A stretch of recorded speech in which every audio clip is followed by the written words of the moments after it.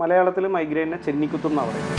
ചെന്നിക്കുത്തും എന്ന് പറയുമ്പോൾ നമുക്കൊരു തുളച്ച് കയറുന്ന പോലത്തെ നമ്മുടെ തലകളിലെ ഇരുഭാഗങ്ങളിലുണ്ടാകുന്ന തുളച്ച് കയറുന്ന പോലത്തെ ഒരു വേദനയാണ് ചെന്നിക്കുത്ത്. ചിലവർ പറയാറുണ്ട് ഒരു ചായ കുടിച്ചാലൊക്കെ തന്നെ സൈനസൈറ്റിൻ്റെ പെയിൻ്റെ ഒരു ഫ്രീക്വൻസി കുറയും, കുത്തി തുളയ്ക്കുന്ന പോലത്തെ വേദനയായിരിക്കും.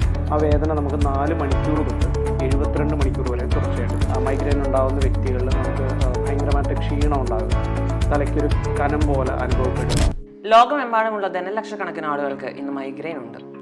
മൈഗ്രെയിൻ എന്താണെന്നും അവ എങ്ങനെ ട്രീറ്റ് ചെയ്യണമെന്നും എപ്പോഴാണ് പ്രൊഫഷണൽ ഹെൽപ്പ് തേടേണ്ടതെന്നും ഒക്കെ മനസ്സിലാക്കി തരാൻ നമ്മളുടെ കൂടെ ഇന്നുള്ളത് ഡോക്ടർ പ്രജീഷാണ്. നമസ്കാരം. എന്താണ് ആക്ച്വലി മൈഗ്രെയിൻ എന്ന് പറയുന്നത്? മൈഗ്രെയിൻ എന്ന് പറയുന്നത് ഒരു തലവേദന ആയിട്ട് വരുന്നൊരു അസുഖമാണ്. നമ്മുടെ ജീവിതത്തിൽ തലവേദന അനുഭവിക്കാത്ത ആൾക്കാർ വളരെ കുറവായിരിക്കും. തലവേദന എന്ന് പറയുമ്പോൾ നമുക്ക് മൈഗ്രെയിൻ പറയാം, സൈനസൈറ്റിസ് പറയാം, ടെൻഷൻ ഹെഡേക്ക്, ക്ലസ്റ്റർ ഹെഡേക്ക്, ഇതൊക്കെ ഒരു തലവേദനയുടെ വിഭാഗത്തിൽ വരുന്നതാണ്. അതിൽ നമുക്ക് സാധാരണയായിട്ട് രോഗികളിൽ പറഞ്ഞു വരുന്നത് മൈഗ്രെയിനും സൈനസൈറ്റിസുമാണ്. മൈഗ്രെയിൻ എന്ന് പറയുന്നത് നമുക്കൊരു വാസ്കുലാർ ഹെഡേക്കാണ്. അത് നമുക്ക് നമ്മുടെ ജീവിതശൈലിയിലൊക്കെ കുറേ മാറ്റങ്ങൾ വരുമല്ലോ. നമ്മുടെ ഭക്ഷണത്തിൽ ഉണ്ടാകുന്ന വ്യത്യാസങ്ങൾ, നമുക്ക് സ്ട്രെസ്ഫുൾ ആയിട്ടുള്ള ജോലി ഹാൻഡിൽ ചെയ്യുന്ന ഒരു തുടർച്ചയായിട്ട് സ്ട്രെസ്ഫുൾ ലൈഫ് ലീഡ് ചെയ്യുന്ന ആൾക്കാരിൽ പ്രോപ്പറായിട്ട് എക്സസൈസ് ഇല്ലായ്മ, നമ്മുടെ ഭക്ഷണത്തിൻ്റെ സമയങ്ങൾ തെറ്റുക, ഇതിൻ്റെയൊക്കെ ഭാഗമായിട്ട് നമുക്ക് സ്റ്റൊമക്കിലുണ്ടാകുന്ന ഗ്യാസ്ട്രിക് പ്രോബ്ലംസ് ഒക്കെ കൊണ്ട് നമ്മുടെ തലയോട്ടിയിലുള്ള ചെറിയ ബ്ലഡ് വെസൽസിലുണ്ടാകുന്ന പ്രഷർ വേരിയേഷൻസാണ്. മലയാളത്തിൽ മൈഗ്രെയിനെ ചെന്നിക്കുത്തും എന്നാണ് പറയുന്നത്. ചെന്നിക്കുത്തും എന്ന് പറയുമ്പോൾ നമുക്കൊരു തുളച്ച് കയറുന്ന പോലത്തെ നമ്മുടെ തലകളിലെ ഇരുഭാഗങ്ങളിലുണ്ടാകുന്ന തുളച്ച് കയറുന്ന പോലത്തെ ഒരു വേദനയാണ് ചെന്നിക്കുത്ത്. അപ്പോൾ ഈ ബ്ലഡിൻ്റെ പ്രഷർ കൂടുകയും അതിൻ്റെ ഭാഗമായിട്ട് നമുക്കൊരു നോവ് പോലെ, നമുക്കതിനെ പൾസേറ്റിംഗ് പെയിൻ എന്നാണ് മെഡിക്കലി പറയാറ്. ഒരു പൾസേറ്റിംഗ്, അത് വിങ്ങിക്കൊണ്ടിരിക്കുന്ന ഒരു വേദനയാണ് നമ്മൾ മൈഗ്രെയിൻ എന്ന് പറയുന്നത്. ഇപ്പോൾ എൻ്റെ ഒരു ഫ്രണ്ടിന് നേരത്തെ സൈനസൈറ്റിസ് വന്നിട്ടുണ്ടായിരുന്നു. അപ്പോൾ അവൻ കുറേ നാൾ വിചാരിച്ചുകൊണ്ടിരുന്നത് അത് മൈഗ്രെയിൻ ആയിരുന്നു എന്നായിരുന്നു. അപ്പോൾ ഇത് തമ്മിൽ എങ്ങനെയാണ് ഡിഫറൻഷ്യേറ്റ് ചെയ്യുന്നത്? ഇതിൻ്റെ വ്യത്യാസങ്ങൾ എന്തൊക്കെയാണ്? ആദ്യം നമ്മൾ സംസാരിച്ചത് തന്നെ കോമൺ ആയിട്ട് വരുന്ന ഹെഡേക്കുകളിൽ ഒന്ന് സൈനസൈറ്റിസും ഒന്ന് മൈഗ്രെയിനുമാണ്. അപ്പോൾ സൈനസൈറ്റിസ് എന്ന് പറയുന്നത് നമുക്ക് സൈനസുകളിൽ, അതായത് നമ്മുടെ നെറ്റികളുടെ ഇരുഭാഗങ്ങളിലും മൂക്കിൻ്റെ ഇരുഭാഗങ്ങളിലുമുള്ള ബോണിയിൽ, നമ്മുടെ ബോൺ സ്ട്രക്ചറിലുള്ള വേക്കൻറ്റ് സ്പേസുകളിൽ കഫം വന്നടിയുകയും ആ കഫം ഇൻഫെക്റ്റഡ് ആയി കഴിയുമ്പോൾ ഉണ്ടാകുന്ന പെയിനാണ് സൈനസൈറ്റിസ് എന്ന് പറയുന്നത്. അപ്പോൾ സൈനസൈറ്റിസിൻ്റെ പെയിൻ സാധാരണ നമുക്കൊരു മാക്സിമം ഒരു 4 മണിക്കൂറാണ്. പെയിൻ സ്റ്റാർട്ട് ചെയ്ത് കഴിഞ്ഞാൽ 4 മണിക്കൂർ. അതൊരു നമുക്ക് പെയിൻ കൂടിക്കഴിഞ്ഞാൽ നമ്മളൊന്ന് റെസ്റ്റ് എടുത്ത് കഴിഞ്ഞാൽ ഒരു 15 മിനിറ്റൊക്കെ ഒന്ന് കിടന്നുറങ്ങിക്കഴിഞ്ഞാൽ പെയിൻ പതുക്കെ കുറയും.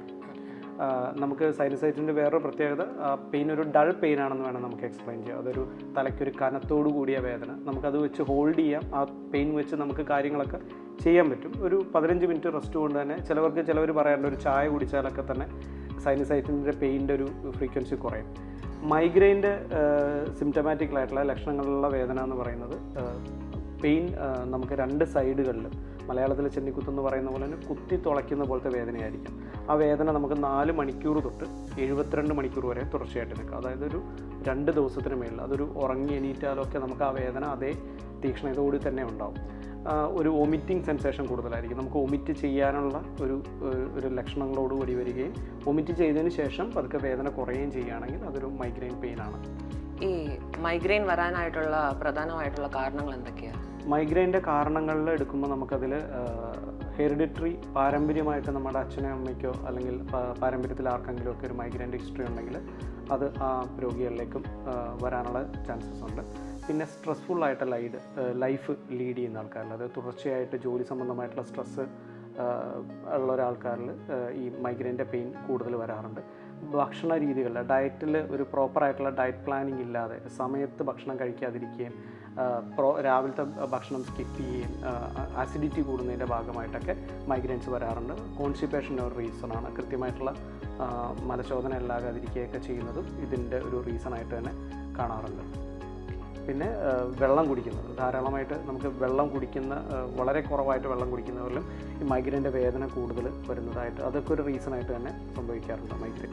മൈഗ്രെയിൻ്റെ പ്രധാന ലക്ഷണങ്ങൾ എന്തൊക്കെയാണ്? മൈഗ്രെയിൻ്റെ ലക്ഷണങ്ങളെന്ന് പറയുമ്പോൾ നമുക്ക് മൈഗ്രെയിൻ സാധാരണ നമ്മൾ എക്സ്പ്ലെയിൻ ചെയ്തത് 4 സ്റ്റേജസിലൂടെയാണ്. അപ്പോൾ അതിന് ആദ്യത്തെ സ്റ്റേജിന് നമ്മൾ മെഡിക്കലി പ്രോഡ്രോം സിൻഡ്രോം എന്നുള്ള രീതിയിലാണ് പറയുക. ആ സ്റ്റേജ് എന്ന് പറയുമ്പോൾ നമുക്ക് ഒരു 3 ദിവസം മുന്നേ അല്ലെങ്കിൽ 2 ദിവസം മുന്നേ മൈഗ്രെയിൻ ഉണ്ടാകുന്ന വ്യക്തികളിൽ നമുക്ക് ഭയങ്കരമായിട്ട് ക്ഷീണം ഉണ്ടാകുക, തലയ്ക്കൊരു കനം പോലെ അനുഭവപ്പെടുക, നമുക്ക് ഭക്ഷണം കഴിക്കാനുള്ള ആഗ്രഹം ഭയങ്കരമായിട്ട് കൂടുക, ജോലി ചെയ്യുമ്പോൾ ഭയങ്കര മടി തോന്നുക, നമുക്ക് ഉറക്കം കൂടുതൽ തോന്നുക, പകൽ സമയത്ത് നമുക്ക് യോണിങ്, കൂട്ടുവായ അങ്ങനെയുള്ള കാര്യങ്ങളൊക്കെ കൂടുതൽ വരും. അതൊരു ആദ്യത്തെ സ്റ്റേജാണ്. അതിനുശേഷം രണ്ടാമത്തെ സ്റ്റേജ് ഓറ എന്ന് പറയുന്നത് പെയിൻ തുടങ്ങുന്നതിനൊരു 3 മണിക്കൂറോ 2 മണിക്കൂറോ മുമ്പ് വരുന്നത്. കണ്ണിൽ നമുക്ക് ഒരു വെയിലത്തേക്ക് പോകുമ്പോൾ കണ്ണിന് ചുറ്റും ഒരു വെളിച്ചത്തോടു കൂടി ആ വലയം തോന്നുക, കണ്ണിൽ ഭയങ്കര കനം തോന്നുക, അതൊക്കെ ഒരു 2 മണിക്കൂർ മുമ്പുള്ള സിംറ്റംസാണ്. അതിനുശേഷമുള്ള സ്റ്റേജാണ് ഹെഡ് ഏക്ക്, അക്യൂട്ടായിട്ട് വരുന്ന ഹെഡ് ഏക്ക്. അത് മൂന്നാമത്തെ സ്റ്റേജാണ്. അതിൽ നമുക്ക് 2 സൈഡുകളിൽ, ചില കോമൺ ആയിട്ട് ഒരു സൈഡുകളിൽ തീക്ഷ്ണമായിട്ടുള്ള വേദന അനുഭവപ്പെടുകയും തല വിങ്ങുന്ന പോലത്തെ വേദന അനുഭവപ്പെടുക ചെയ്യാം. നാലാമത്തെ സ്റ്റേജ് എന്ന് പറയുന്നത് പോസ്ട്രോം എന്ന് പറയുന്ന സ്റ്റേജിലേക്ക് വരുമ്പോൾ നമുക്കൊരു വൊമിറ്റിംഗ്, ഗ്യാസ്ട്രിക് ഇറിറ്റേഷൻസ് ഒക്കെ വന്നിട്ട് വൊമിറ്റ് ചെയ്തതിന് ശേഷം തലവേദന പതുക്കെ ഗ്രാജുവലി കുറഞ്ഞു വരുന്ന സ്റ്റേജാണ്. പക്ഷേ ഈ പറയുന്ന 4 സ്റ്റേജുകളിലും എല്ലാ രോഗികളിലും കടന്നു പോകണമെന്നില്ല. ചില രോഗികളിൽ ഇതിൻ്റെ ഫ്രീക്വൻസി ഭയങ്കര കൂടുതലായിട്ട് പെട്ടെന്ന് തന്നെ തലവേദന വന്ന് ഒരു 3 ദിവസം വരെയൊക്കെ വേദന തുടർച്ചയായിട്ട് നിൽക്കാറുണ്ട്. അപൂർവം കേസുകളിലാണെങ്കിൽ വരെ, എന്നാലും കോമൺ ആയിട്ട് ഹിസ്റ്ററി ഒരുപാട് നാളായിട്ട് മൈഗ്രെയിൻ അനുഭവിക്കുന്ന വ്യക്തികളിൽ ഈ 4 സ്റ്റേജുകളും ഡെഫിനറ്റ് ആയിട്ടുണ്ടാവും. ഇപ്പം മൈഗ്രെയിൻ എന്ന് പറയുമ്പോൾ ആളുകൾ അതൊരു വെറും ഒരു തലവേദനയായിട്ട് തള്ളിക്കളയാറുള്ളതായിട്ടൊക്കെ കാണാറുണ്ട്. അപ്പോൾ എനിക്ക് തോന്നുന്നു അവർക്ക് എപ്പോഴാണ് ചികിത്സാ സഹായം വേണ്ടതെന്ന് അറിയത്തില്ലെന്ന് തോന്നുന്നു. അപ്പോൾ എപ്പോഴാണ് നമ്മൾ പ്രൊഫഷണൽ ഹെൽപ്പ് തേടേണ്ടത്?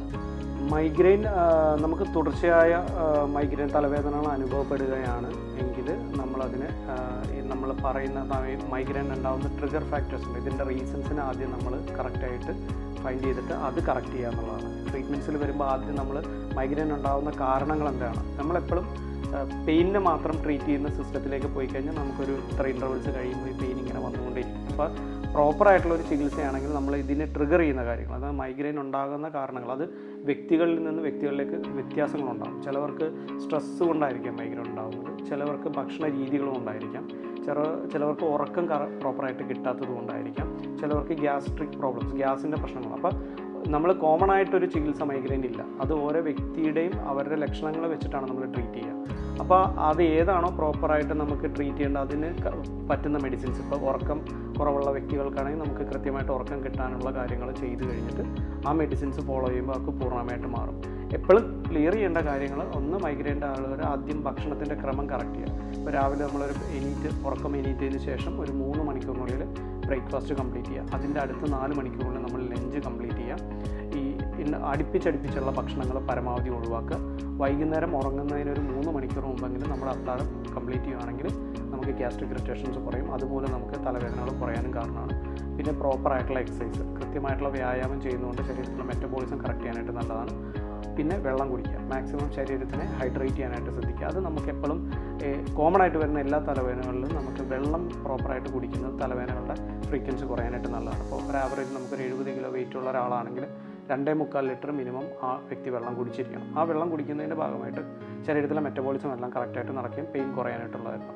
പിന്നെ പ്രോപ്പറായിട്ട് റെസ്റ്റ് എടുക്കുക. നമ്മൾ ഉറക്കം നേരത്തെ പറഞ്ഞാൽ കൃത്യമായിട്ടൊരു 6 മണിക്കൂറെങ്കിലും, ഒരു 4.5 മണിക്കൂർ തൊട്ട് 6 മണിക്കൂറെങ്കിലുള്ള കറക്റ്റായിട്ടുള്ള ഉറക്കം, ഇത്തരം കാര്യങ്ങൾ ഫോളോ ചെയ്ത് കഴിഞ്ഞാൽ പിന്നെ സ്ട്രെസ്സ് കുറയ്ക്കുക. അതിന് വേണ്ടിയിട്ടുള്ള നേരത്തെ പറഞ്ഞ യോഗ, നമുക്കിഷ്ടമുള്ള കാര്യങ്ങൾ, ഇപ്പോൾ ബുക്ക് വായിക്കുക, പാട്ട് കേൾക്കുക, നമുക്ക് ഏതാണോ നമുക്ക് എൻജോയ് ചെയ്യാൻ പറ്റുന്ന ആ കാര്യങ്ങൾ നമ്മൾ കൂടുതൽ ഫോക്കസ് ചെയ്യുക. ഒരു സ്ട്രെസ്സ് കുറയ്ക്കാനുള്ള യോഗ പോലുള്ള പ്രാക്ടീസ് ചെയ്യുകയാണെങ്കിൽ കൃത്യമായിട്ട് നമുക്ക് മൈഗ്രെയിനെ ട്രീറ്റ് ചെയ്യാൻ പറ്റും. ഈ ലക്ഷണങ്ങളൊക്കെ ആദ്യം നമ്മൾ മനസ്സിലാക്കി അതിന് വേണ്ട കാര്യങ്ങൾ കൃത്യമായിട്ട് ചെയ്തതിന് ശേഷം നമ്മൾ മെഡിസിനും കൂടി എടുക്കുകയാണെങ്കിൽ മൈഗ്രെയിൻ നമുക്ക് പൂർണ്ണമായിട്ട് ചികിത്സിച്ച് മാറ്റും. മൈഗ്രെയിനെ പറ്റി ഡോക്ടർ വളരെ ഡീറ്റെയിൽ ആയിട്ട് തന്നെ നമുക്ക് പറഞ്ഞു തന്നിട്ടുണ്ട്. ഇനി നിങ്ങൾക്ക് ഇതേപ്പറ്റി കൂടുതലായിട്ട് എന്തെങ്കിലും സംശയങ്ങളുണ്ടെങ്കിൽ ഡോക്ടറെ ബന്ധപ്പെടാവുന്നതാണ്. മൈഗ്രെയിനെ പറ്റിയോ അല്ലെങ്കിൽ മറ്റേതെങ്കിലും അസുഖങ്ങളെ പറ്റി കൂടുതൽ സംശയങ്ങളുണ്ടെങ്കിൽ നിങ്ങൾക്ക് ഈ വീഡിയോൻ്റെ താഴെ കമൻറ്റ് ചെയ്യാവുന്നതാണ്. Thank you.